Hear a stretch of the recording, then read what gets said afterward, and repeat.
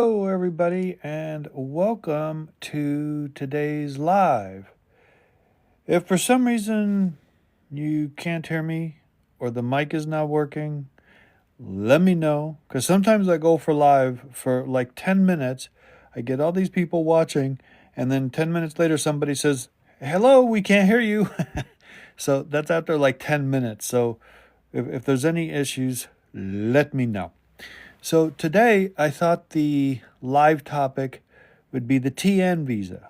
Okay, now I've done lots of videos on the TN visa, but I would like to discuss more specifically why sometimes the TN visa gets denied. And by listening, if you're doing a TN visa, you will be able to have a better chance of success if you know why it is getting denied in the first place. Okay, so what I'll do is I'll spend some time on my subject today, and then after that, I will answer all of your questions on immigration. So I'll scroll back through all of the people who've joined. I'll look at whatever questions you may have put. So you know if you write it once, you don't have to write it again because I'll get to it, and then I'll scroll to the end until there are no more questions and call it a day for the live. Okay, so that's how it'll work. So again, the subject here will be TN visas and why they get denied. So you can take what I say and apply it to a lot of other types of visas too. That's the reality. You know, once you really know how to prepare one type of visa petition, a lot of it translates over. I mean, you know, there's obviously specifics to each one, but a lot does translate over.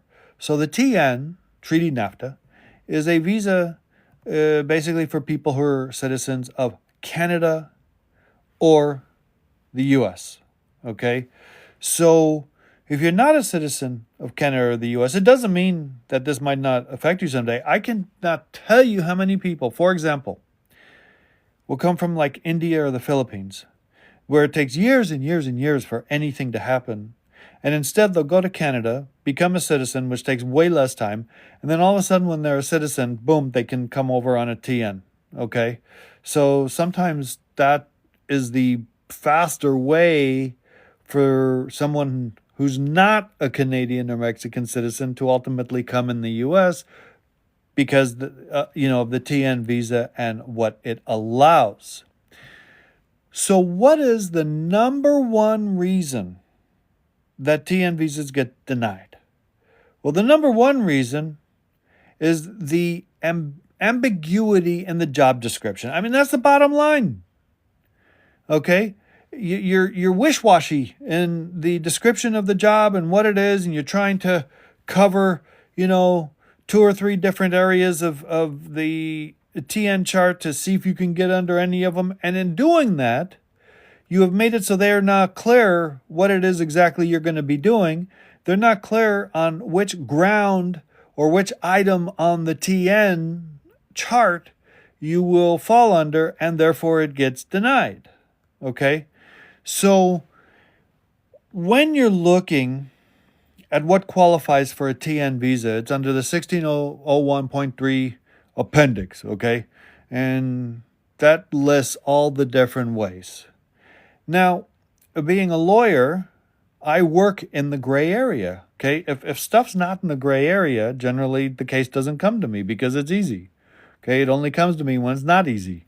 That's how it is. So, a lot of times when you're doing the TN, it doesn't squarely fall within one of the categories. But given that, that doesn't mean you can just wish-washy put whatever you want on, one of the areas and then maybe mix it with another. It doesn't work like that. You still have to have a coherent, clear description of what the job is and what it falls under and why it falls under that particular category. Okay? And if you can make it crystal clear, then the chances of approvability will be a lot less. A lot more. My mind was going to the denial part. So that's why you want to make it clear. Now, a lot of people spend a lot of time preparing the TN, as my firm does. Okay, we do. We prepare a long time to make a very coherent, persuasive legal argument. But on the other side of it, you have to realize that the officer could care less about your personal situation and will probably spend no more than 5 minutes reviewing the entire petition. Okay? So the fact is that you have to make the whole petition, the legal argument, the description, why it falls under the TN, in such a manner that the officer can quickly, easily move and clarify and verify everything you're saying quickly. Okay? If you hand them a petition that's this thick, there's a bunch of junk in it that, just you think you throw the kitchen sink and something will stick, that's not going to work. That's going to have actually the exact opposite of getting approved, because the officer isn't going to waste their time going through all that. That is a fact. Okay? The only petitions I submit that are that thick, which they have to be that thick because of all the necessary evidence, would be like L1s or E2s or EB5s or extraordinary alien petition, EB1A, all those types of petitions. But not the TN. That's not required. Okay? It doesn't mean that you submit a junk petition without putting sufficient evidence. That's not what I'm saying. But it has to be coherently made in an efficient manner.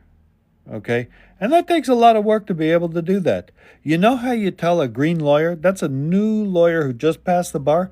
They will do the similar type thing and put too much stuff in a petition. They will put, stuff that is not super relevant to it. I'm not kidding you. I could look at a petition without even knowing who did it, assuming it's a lawyer, and I could tell how much experience that lawyer has and whether the lawyer is brand spanking new. Okay, I can. That's what I can do. But at any rate, you need to make the job description clear.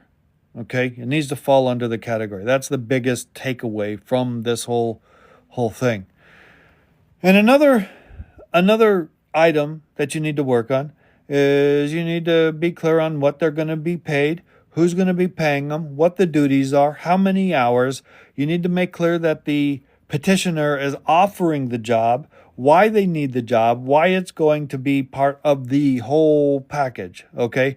So the ultimate takeaway from this is that the TN petition, whether you submit it, like if you're in Mexico, you pre-submit it for adjudication at USCIS and it gets transferred to the consulate, or whether you're in Canada and you're walking to the port of entry with it, which, by the way, if you're walking to the port of entry with it, you have to realize they're going to spend even less than 5 minutes on it. They will look at it for probably 30 seconds before they say yes or no. That's the reality. So you have to say to yourself, how can you convince an officer in 30 seconds with all that you have to put in there to say yes to the TN? And that's clear, concise, coherent arguments and explanations. Okay? All that makes sense? All right, so that's the gist of why TNs get denied. The other reason, which is fairly big, is you don't have non-immigrant intent. Okay, so I get a lot of people in Canada or Mexico, they go, should I go on the H-1B or should I go on the TN? Because there is no numerical limitation for TNs. There's no time of the year that they're open or closed. They're always open. And generally, they're easier to get than an H-1B. But with a TN, you have to have non-immigrant intent, which means you have to show and prove you have intent to return to your home country once the TN is approved. And if you can't show that, then it's not going to be approved. So I'll exaggerate. They'll go, well, what do you plan on doing after the TN? And, if you say something like, well, I'm going to find a U.S. citizen, I'm going to marry that U.S. citizen, and I'm going to stay in the U.S. until I die. Okay? Obviously, if you say something like that, that shows you don't have non-immigrant intent. That shows the exact opposite. You have immigrant intent. Okay? And your TN could be as clear crystal and perfect as it can be, but they'll deny it because you have non-immigrant intent. You don't have non-immigrant intent. So what you want to do is you want to make sure that you do have that non-immigrant intent and you don't say or do anything that contradicts that. So the next question is, well, ultimately, you'll say, ultimately, I do want to get the green card, but how can I show I have non-immigrant intent and get the green card? Well, it's easy. First, you have non-immigrant intent when you do the TN. Then when you come in the U.S., assuming you have about 3 years on the TN, then you obviously can change your mind and you can get started on the perm petition and get it rocking and rolling. And if you do it right, the perm will go through and then the I-140 will hopefully go through by the time the TN expires, and then you'll be able to adjust status. It's all a matter of timing, all a matter of how you do it. Obviously, if you apply for the perm before you do the TN, you can't show non-immigrant intent because you're applying for a lawful permanent resident green card based on employment. Okay? Does all that make sense? All right. Well, that's that. So I hope everybody's doing well today. Let me go back through all the people that joined, and then I go back to the beginning here, and then I start scrolling down to read the questions, okay? And sometimes there's a lot of questions, sometimes there's not. But if you do have any questions, now would be a good time to do it, because if I get to the bottom, that's when after I've answered all the questions, that's when I say adios, okay? So let's see how it goes. Well, it's Wednesday. Happy hump day, everybody. It's always nice being Wednesday. Oh, by the way, tomorrow's my 33rd wedding anniversary. We're going to have a nice steak dinner tonight. Okay, let's see. Just a minute. This is where I ask for everybody to be patient while I scroll through all the people who joined and see if I can find any questions at all. Let's see. 1 second. Sometimes we have a lot of people that join but just don't have a lot of questions, and that's okay. Sometimes we have not that many people that join but a ton of questions. Okay, here's one. My boyfriend is in jail and just found out he has an ICE detainer on him. He's about to spend $12,000 for a lawyer. Well, the issue is not really whether he's about to spend $12,000 for a lawyer or not. The issue is whether he has a case. Okay? If he has a case and the lawyer knows what they're doing, then $12,000 is reasonable. Okay? I mean, it's a little higher than I would charge at my firm, but it's reasonable. But if he doesn't have a case, and you can clearly see that and it's not being handled properly, then he's being ripped off. Okay? So the fact he's in jail and he has a detainer on him would mean that he's going to be sent to removal proceedings. Okay? So first things first, he should not sign anything that says, I don't want to fight my case, please deport me. Okay? Because a lot of people do that. They'll get ICE officials that will come in and they'll lie up and down. They'll say, you have no chance of staying here. It doesn't matter what your immigration attorney says. If you try staying here, you're going to be here for 30 years. Look at those 10 people over there. They've been here 20 years. They've lost the BIA appeal. You don't have any chance. Just sign here and everything will be hunky-dory. And all you're going to do is sign a document that's, making it so they don't have to do anything but stick you on a plane or a train and get you out of the country. And you have a deportation order the exact same as if the judge had ordered it and you had fought the case. So I need to know, in order to know more specifically how to help, your boyfriend. First of all, because he's your boyfriend, you, unfortunately, will not be able to specifically help him with any types of petitions because they don't recognize partners in immigration law. Okay? In this particular case, why is he in jail? What crime does he have? I mean, he clearly has a crime. So what was the crime and what was the sentence? I need to see if he's an aggravated felon. If he's an aggravated felon, his life just got a whole lot worse. Okay, because it's much harder to win an aggravated felony. But then I'd need to find out what country is he from. Because I need to see if there's a chance of doing withholding of removal or convention against torture. Because even as an aggravated felon, he still could get that. So let's say he's from Guatemala and, he escaped when he was a young kid because, of gang warfare and threats to his family and all that. he might still be able to gain relief even as an aggravated felon. I'd also need to see if he had his green card before. If he did, maybe he qualifies for cancellation of removal for lawful permanent residence. I need to see if he qualifies for any type of criminal-related visas as a victim. For example, T is a sex trafficker or work trafficker, being a victim of, that is. Or maybe a victim of crime, maybe a U visa, because even if he's an aggravated felon with a U visa, he would qualify for a waiver of the aggravated felony. I'd need to see if his parents are here and if they became U.S. citizens, and maybe he qualifies for derivative citizenship.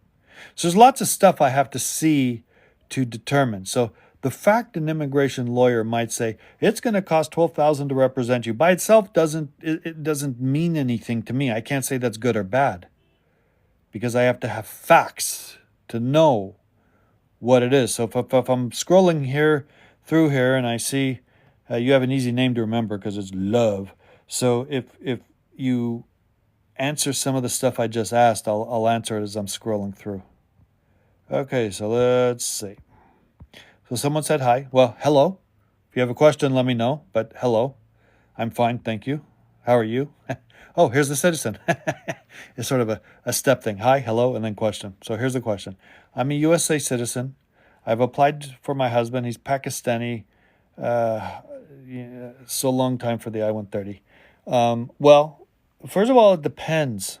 I mean, yes, it takes longer just to do the I-130, but as a U.S. citizen, that doesn't fall under any of the preference categories. Rather, that falls under what's called an immediate relative category, which there is no visa waiting. So the I-130 takes longer or shorter. So if that's the case, if your husband is in Pakistan right now, which I see he is, and you've done the I-130 correctly and made sure that you've specified the correct consulate it needs to be transferred to, you're looking at about a year, okay? Now, if you have, if I'm talking to you and you've already waited 2 years and nothing's happened, well, then there's a problem. Because you probably called and they said, well, we're processing it. It's on administrative hold. And, if they say something like that, that means it's in a black hole. And it's time to start applying pressure. Because you as a U.S. citizen have a right to petition your husband. And because of that, they can't sit around forever and just pretend that they're doing stuff because his name sounds like somebody else and they're running it through some database for a year. So it is, if necessary, you might have to do what's called a writ of mandate, which is essentially suing immigration to force them to make a decision. Okay, I don't know if he's inadmissible at all, if he has any deportation orders, any crimes, things like that, which will complicate the case. But assuming that it's just a straight marriage case and it's bona fide, then it's a matter of going forward. Now, I have done lots of marriage petitions from Pakistan, and I understand that a number of them are arranged, okay? And that's culturally acceptable in Pakistan. But immigration, when you say arranged marriage, they look at it with a different view. They look at it as though the marriage isn't bona fide, that it's not meant for, love. It's meant for just to get the green card. So if it is an arranged marriage, you can still petition him for the green card, but there need to be further explanations as to how the arranged marriage is culturally acceptable, when it was done, why it is between you two, and so forth. Not just the fact that you're married and you're going to do a petition and you knew each other 1 month before, you've only seen each other one time. Okay, so it's all doable, but it has to be done right. All right, wait, I sometimes I scroll down a little and it scrolls way down. So that's what it just did. Okay, here's one. Marriage application denied. Couple did not live together. Under appeal, American ex-spouse died. Now what? Okay. So this case has to be handled properly or else later date her to the application. Okay. I don't know if it was denied because there's a formal ruling of marriage fraud. Okay. There's a difference between it being denied because you couldn't properly show it was a bona fide marriage versus, them thinking that marriage fraud was actually committed. Okay? And if there is an adjudication of marriage fraud, then that needs to be addressed, because once there's an adjudication of marriage fraud, depending who makes it, it doesn't matter if later you marry for love and have 13 different children with that person. The marriage fraud will stay, and you won't be able to get immigration benefits for life. So first I need to determine that. Next, it's under appeal. So I'm assuming it was denied and it was appealed, then the spouse died. Well, now comes the fact of whether you would qualify for a widow petition, okay, which you might. You might very well. But it depends on the timing, okay? And there's also the humanitarian reinstatement. But there's issues with that. Obviously, if I had my choice in this situation, it would be doing a motion to remand back down under a widow petition, because there's less stuff you have to prove in order to have that go through, and there's more waivers which are automatic. So contact my office, because you definitely have a doable case, but it has to be done properly. Okay? All right, I come from the border. Well, what does that mean? I think what you're trying to say is you came through the border and you have an I-94, and you want to know if you're a legal immigrant or not. Well, first of all, immigrant refers to someone who has the green card. And if you have the I-94, you don't have the green card. So I think what you're asking is if you're a legal non-immigrant, okay, which you may be. The fact you have an I-94 would indicate that you did enter with some type of legal visa, such as a B2, okay?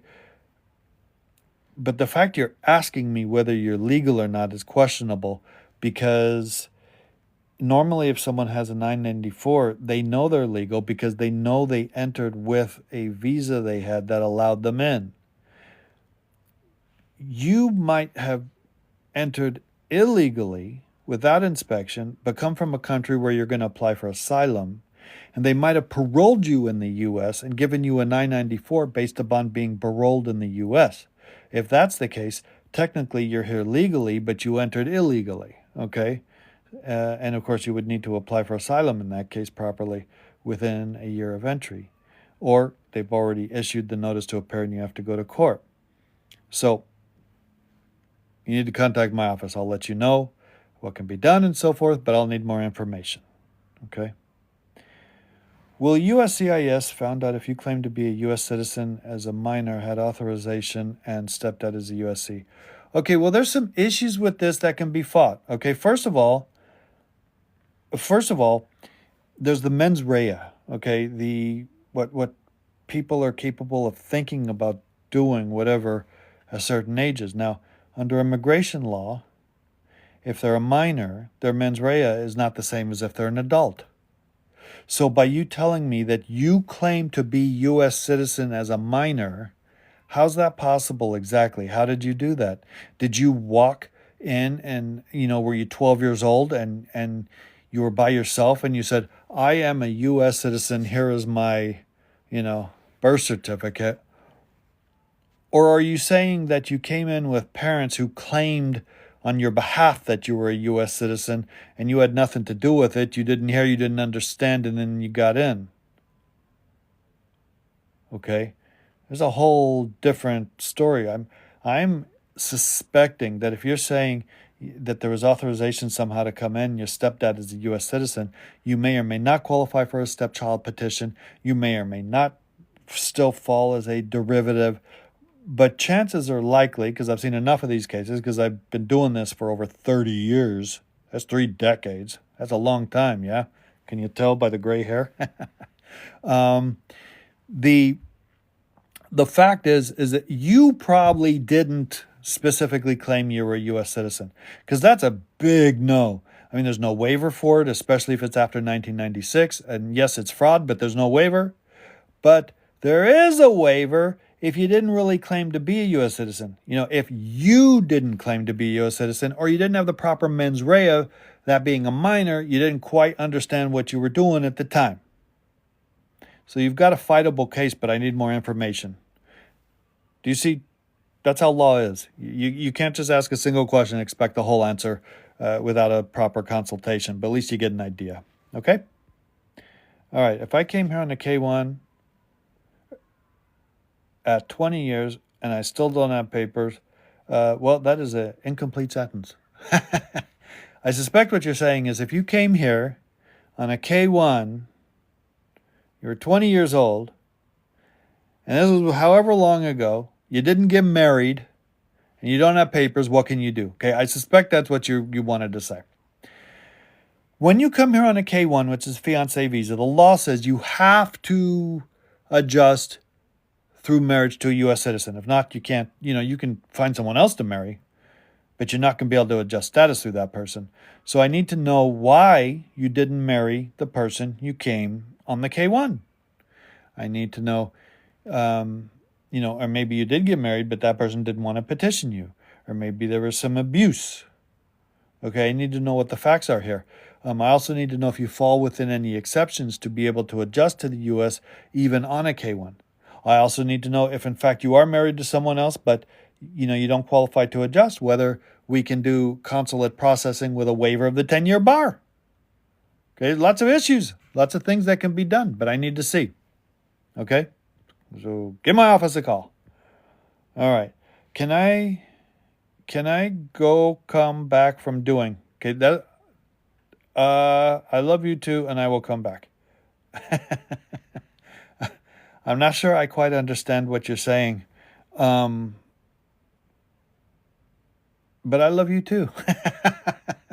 Okay. I don't know exactly what you're asking here.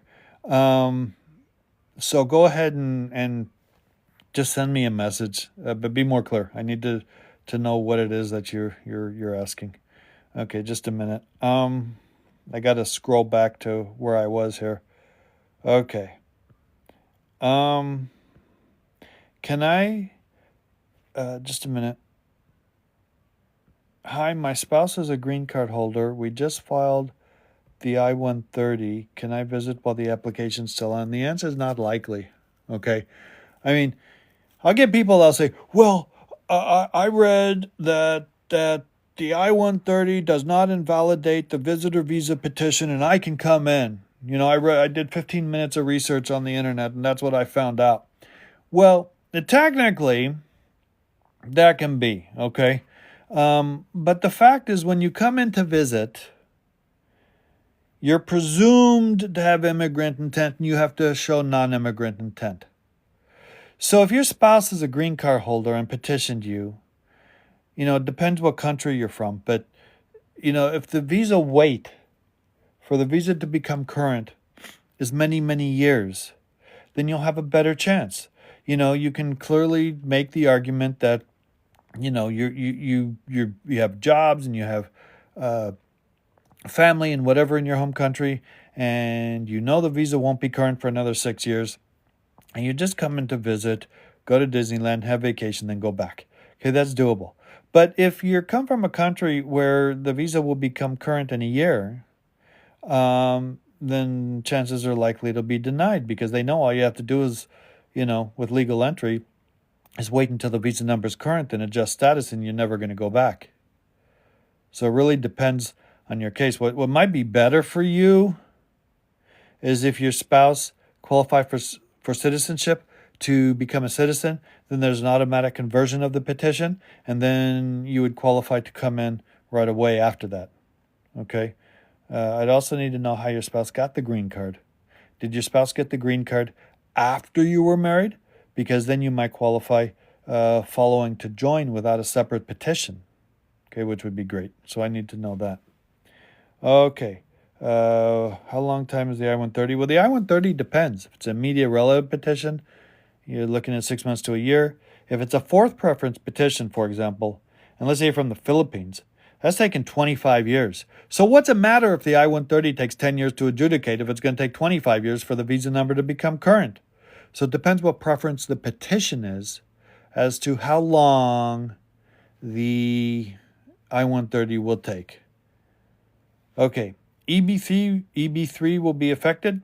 Well, here's the problem with that question. I have no idea what you're referring to. Okay, it will be affected by what? An EB3 is an employment-based third preference petition where you either need to have 2 years experience, or you could be considered unskilled labor, or you have to have a bachelor's degree. Okay, I mean, there's different levels of the EB3, but affected by what? Okay, I don't know if you asked something earlier, or if you're applying for some other petition at the same time, but I need specifics to know. Okay, what do you know about Penal Code 372.5? Well, first of all, I don't have all the numbers in my head. I mean, I can easily look and find it, but I don't even know what state you're talking about. Is this California? Is it another state? Are you already convicted? Are you thinking of taking a plea deal? Because if you are, you shouldn't take it without getting consultation from an immigration attorney. And what I do in cases like this is I work with the criminal attorney in order to maximize the harm that could occur if it's not done properly. Okay, so you might still end up being put in removal proceedings, but if I help, you'll have a whole lot better fighting chance once you would get in there. Okay, so go ahead and send me specifically more info on that. Okay, I-751 coming up. I have no proof to remove conditions, no lease, no bank account, no insurance, nothing. Well, why? Why? How can you not? If you've been living with someone for a year and 9 months, because that's when it's coming up, how can you have no bank accounts together? How can you have no joint documents together? How can you have no proof? Okay, immigration will look at this as the fact the marriage isn't real. Okay, are you even living together? Okay, they don't just... This is the very reason they do the I-751 petition to remove the conditional residency, because they want to make sure the marriage is real. And if you have no evidence of the bona fides of the marriage after you got married, they're never going to approve this. So then I would have to ask you, why is there none? Now let's assume it was a real marriage. But let's assume that your spouse won't let you get a bank account because they don't want you having money and they want to, treat you like a dog. Let's assume there's been abuse. Let's assume there's been verbal threats. Let's assume that they're keeping you on a leash so you don't go out and socialize or whatever. You might qualify for a petition to remove the conditional residency with a VAWA waiver, okay, being abused. Okay, so there's different things that can be done, but I would have to know why there's no proof. Okay, if you just tell me there's no proof because we just decided not to do it, that's never going to fly. They won't believe that. Nobody does that. Nobody gets married and doesn't have joint stuff unless there's a reason. So what's the reason? Okay. All right. I just got married. Is it okay for me to live apart for 3 months? My partner wants to travel. I mean, it's okay. Okay. I'm assuming you're talking about doing the marriage petition and you're not going to be living together. And this kind of goes to what I was just talking about, whether the petition is real or not. Okay, whether the marriage is real. The reality is there's no problem wanting to travel, but then you have to ask yourself, why does your partner want to travel without you? Okay, and why for 3 months? And how long did you know this person before you got married? And where are they traveling? And why can't they take you? I mean, maybe they want to, and maybe you can't because of work. Maybe they already had it pre-planned. So it's very factually specific as to whether. So the answer is yes, it's doable. It's okay, but I need to have more facts as to why, to determine if there's a realistic reason for wanting to travel by himself or herself for 3 months while you're sitting home paying the bills working. Okay? So it's doable, but I need to know more information. Okay, I-751, no proof to support marriage for a condition. Okay, well, that you already asked this question. I already told you I need more information. Okay. If I came on a K-1 and I have withholding, I'm married to a U.S. citizen, can I apply for I-130? Okay, so essentially what you're saying, I suspect, is you came on the K-1 with this fiancé petition. You did not marry that person, and instead you later married somebody else, and now you want to know if you can apply for the I-130. Well, the answer is yes, you can apply for the I-130. That's no problem. But understand the I-130 doesn't get you the green card. The I-130 proves that the current person you're married to is the current person you're married to, and that, you're a foreigner, that person's a U.S. citizen, and you are who you say you are. That's what the I-130 does. It doesn't look at inadmissibility. It doesn't look at whether you can adjust status. It doesn't look at the fact you came on a K-1 and are not supposed to adjust status. So you can do the I-130, but assuming you actually came on the K-1 and married someone else, you're going to have to do consulate processing with a provisional waiver of inadmissibility because you've likely been here overstayed more than a year. But if you haven't overstayed more than a year, then, you might not need to do the provisional waiver of the 10-year bar, might only need to be the 3-year bar. Okay? All right, forget the name of the child in the I-751, but did disclose in the N-400. Any problems filing for the child? Well, first of all, you can't file an N-400 for the child, okay? You're trying to get the child to be a U.S. citizen through naturalization, and I have no idea what the status of the child is right now, but immigration is not going to believe you when you just say you forgot to put the name of the child on the I-751. What they're going to think is that this isn't your child, okay, and you're trying to get somebody else's child to come in as a citizen claiming it's yours. They're going to think you're trying to commit fraud. So you have to be careful about this, how it's done, and I need to know more facts about why you're trying to do an N-400 for a child, okay? Unless you're trying to do the N-400 for you, and they're going to find out you didn't put a child you had on the I-751. They're also going to think, why didn't you put it on? They won't believe you just forgot to put the child. They just won't believe you, okay? Okay, hi. I have a pending N-400 for 18 months. Well, right off the bat, that's too long.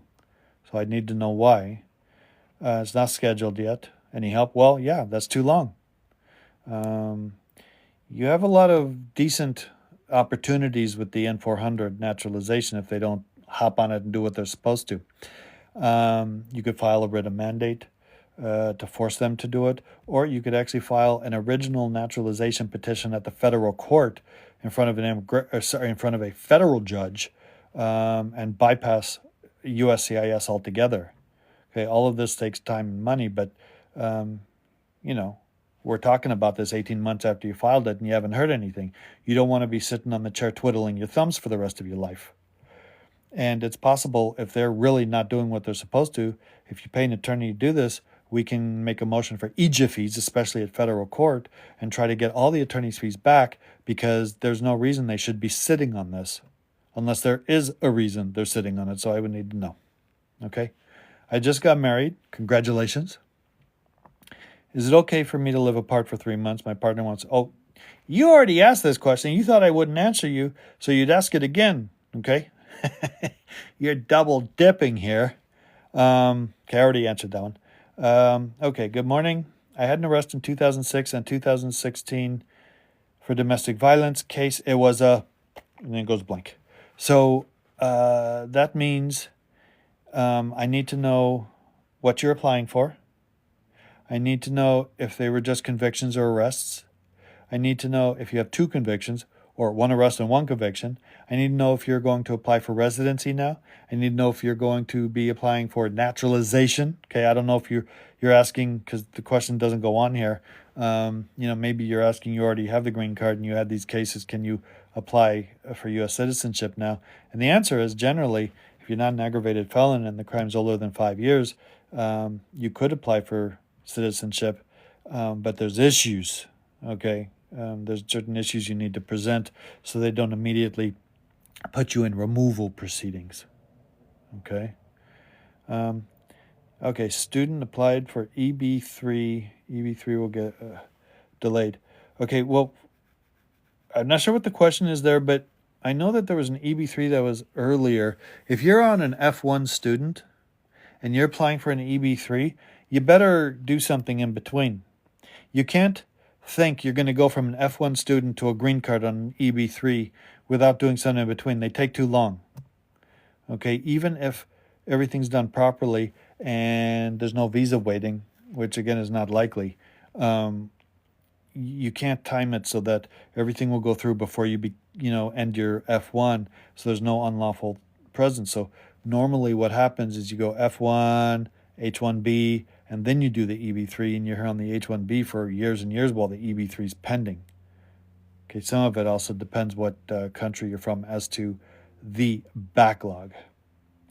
Okay, you asked the same thing 3 different times, but I answered as best I could under the conditions of how you asked. Just a minute. Okay. Okay. 1 second. Let me go back and I was at a certain place and then just forwarded it all the way to the. Okay, here we go. Misdemeanor, no jail time. I did anger management class. Can I become a U.S. citizen with the DV case? No jail time, misdemeanor. Well, the answer is doable. Okay, whether it's a misdemeanor or felony is not real relevant because that's under criminal state law, and immigration classifies things, for example, as aggravated felony or whatever differently. But if it's done properly and more than 5 years old, then it could be argued that the rehabilitation has been done, that you shouldn't be removable based upon it, and that the citizenship should be granted, and that immigration can't use that DV as the sole basis to deny. I mean, that's the law. So it can be done, but it has to be done properly and carefully. Okay, hi. Can children under parents' asylum pending case get out of it? What options do they have? Okay, well, I mean, I assume by this your parents have applied for asylum years and years and years ago, and you're in total limbo because you're just waiting. Now, first of all, there's one way of getting out of it. You could have aged out of it. I don't know how old you are, but if you're over 21 and the age hasn't been frozen because the asylum is still pending, you're out of it by operation of law automatically. So the fact you're asking this probably indicates you have waited for years and probably indicates you are over 21. So you need to go your own way anyways, most likely. So I need to know. I mean, the answer is yes. You're not obligated to stay under it. And even if you do stay under it, that doesn't mean you can't find another better way to try to get the green card. And I can find and try to, through consultation, determine. Okay, you might be able to start another petition doing something else. And just so you know, you can have more than one petition going in front of immigration at one time, completely different petitions. It's like 2 horses going around the track. Okay, the first one to the finish line wins. Okay, that's the fact. Okay, let's see. The immigration judge ordered removal in 2018, but case dismissed in 2022. It was for asylum. Okay, well, something doesn't make sense to me. Something doesn't make sense. If you were ordered removed, okay, that's the end of it. Now, if you say you're saying that the appeal was dismissed in 2022. Sorry. Okay, so the case for removal was 2018. Removal was 2022. What that means is that the BIA, the Board of Immigration Appeals, agreed with the immigration judge. Okay, and the fact that you're telling me is 2022 indicates you probably didn't do a petition for review to the Circuit Court of Appeal, or we'd be talking about that, which means you most likely now have a final order of removal. Are you still in the U.S.? Did you leave? Are you looking to find other ways to stay here? Okay, all that depends. I need to know where you are, and if there's anything else done to determine how to help you. Okay, but if it was for asylum and it was dismissed at the BIA almost 3 years ago, then the asylum's gone. Okay, unless, again, I have to look. Maybe you had ineffective assistance of counsel and we need to make a Lazada claim. Maybe there's been something that's happened within the last year that gives you rise to making a motion to reopen. It all depends. Okay. Can a spouse use the visitor visa after getting married and applying for a marriage-based petition? Well, if you're saying, can someone come here on a B2 visitor visa to visit Disneyland, but really with the intention to come here to get married, the answer is no. But I think you already knew the answer to that, because if your spouse goes to the consulate and says, hey, I'm going to get married when I walk in the U.S. On my visitor visa, so I'm not really going to visit Disneyland. I'm going to really marry and get the green card and stay there until I die. I think you already know you can't do that. Okay, so the better way to go is if it's a spouse, since you're saying spouse, if they qualify for the marriage petition, it's a matter of doing consulate processing. Now, I understand when you're newly married, a year seems like, eternity. But it's a whole lot longer when they come in the wrong way. They're, said they committed fraud and then they, it gets denied and then they have to leave anyways. So doing it right and waiting around a year is the best way to go. Okay? Not doing it what you're suggesting. All right. PC 372.5 is to protect non-citizens from immigration consequences of a drug conviction. Okay, well, there's different ways of doing what's called criminal relief. Okay? And it depends on the facts of the case, and it depends on what was told or not told to you. It also depends on the drug conviction. Okay, there's lots of different drug convictions. It's not going to protect anybody from possession for sale, making them an aggravated felon, or trafficking, or manufacturing. Okay, that's not going to protect anybody from that. They're going to be an aggravated felon, and if they're deported, it'll be for life. Okay, so it'd have to be possession only, and then it depends how many grams and what drug is and so forth. Okay, and it depends what you're trying to do back in criminal court. Okay, I'm a permanent resident, but recently just been a resident for 5 years. Okay, I'm not sure I understand what you're saying. Do I have to wait another 5 years to become a U.S. citizen? I don't understand exactly what you're saying, but if you've been a resident for 5 years and you have been in the U.S. for at least 2.5 of the last 5 years and you got the green card legally and you're not removable based on any crimes and so forth, you don't have to wait another 5 years. But give my office a call. I'll let you know. Is Trump really serious about deportation? Well, this goes into two parts. I guarantee you he's serious about it. That's not the issue. The issue is whether he can do it. That's the real issue. And I can do a live for 4 hours on why there cannot be a mass deportation. Okay? But it's a matter of what the enablers put through to assist him with this. You can't just snap your fingers and go to everybody's home and deport them. That can't be done. I know the fear is there. I know people think that can be done. But as an immigration attorney, I can tell you that can't be done. But it's a matter of fighting the case. Okay? It's a matter of going to courts and everything. So that's what's going to happen. I mean, he's going to force tons of people to have to go to court and then, appeals and all this other stuff. But it's unlikely any of that's going to happen.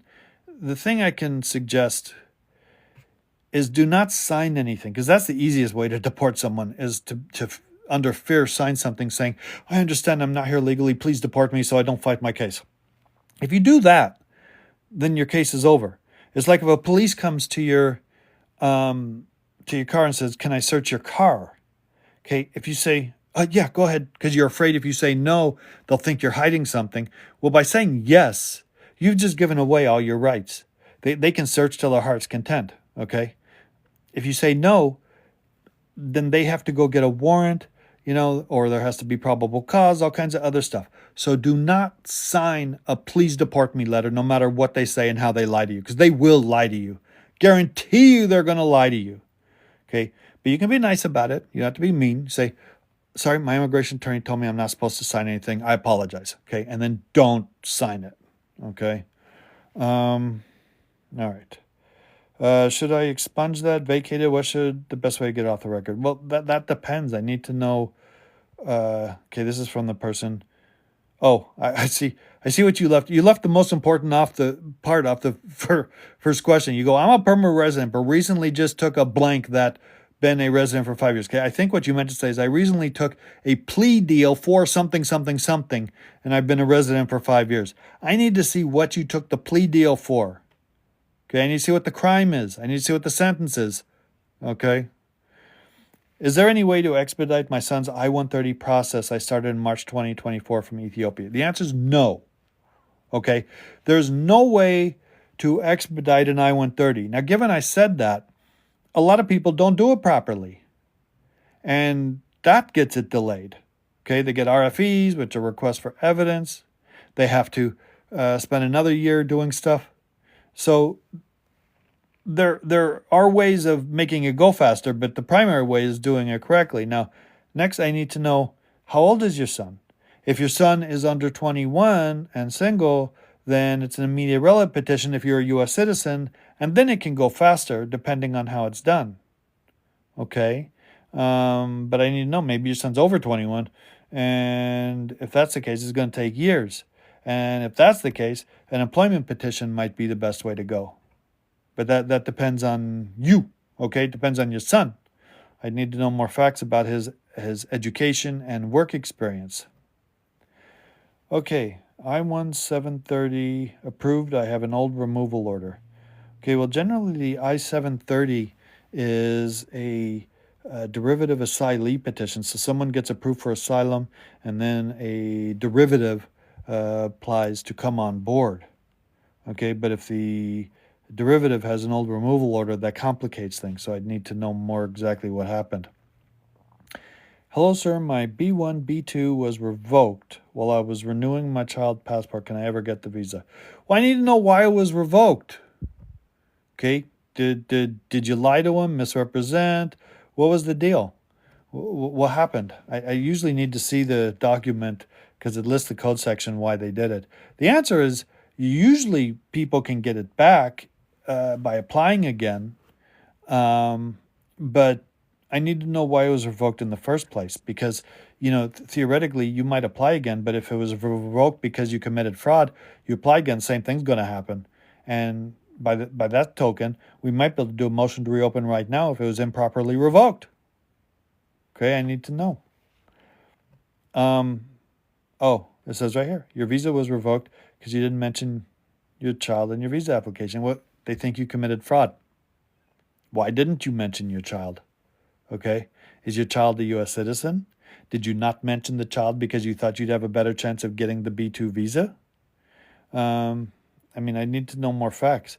They clearly think you committed fraud. That's why they revoked it. So it's possible to do a motion to reopen if there's a reasonable explanation why you didn't put your child there. How long for asylum interview for USCIS? Well, it depends. It's last in, first out these days. So if you apply now, chances are you'll have it within 6 months. If you applied 10 years ago, you just keeps getting pushed back and back and back farther because they're doing the last in, first out now, and they keep coming. So people who applied before that policy went into effect just keeps getting pushed back and back. So it depends. My work permit asylum expired and I applied for AOS, but I never received any work permits. Well, that doesn't make sense. If you applied for AOS, that's applying for adjustment of status, which means that your asylum would have already been denied or whatever, or approved. And it depends what it is and how you qualify for adjustment. Okay, I need to have more facts on this. Okay, let's see. Just a minute. Oh, we have a lot of questions today.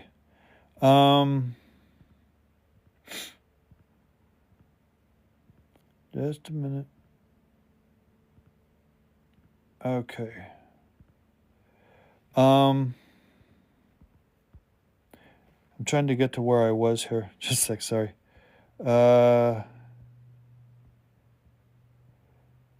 Oh, here we go. Okay. People say 7 to 8 years. Is that true? Oh,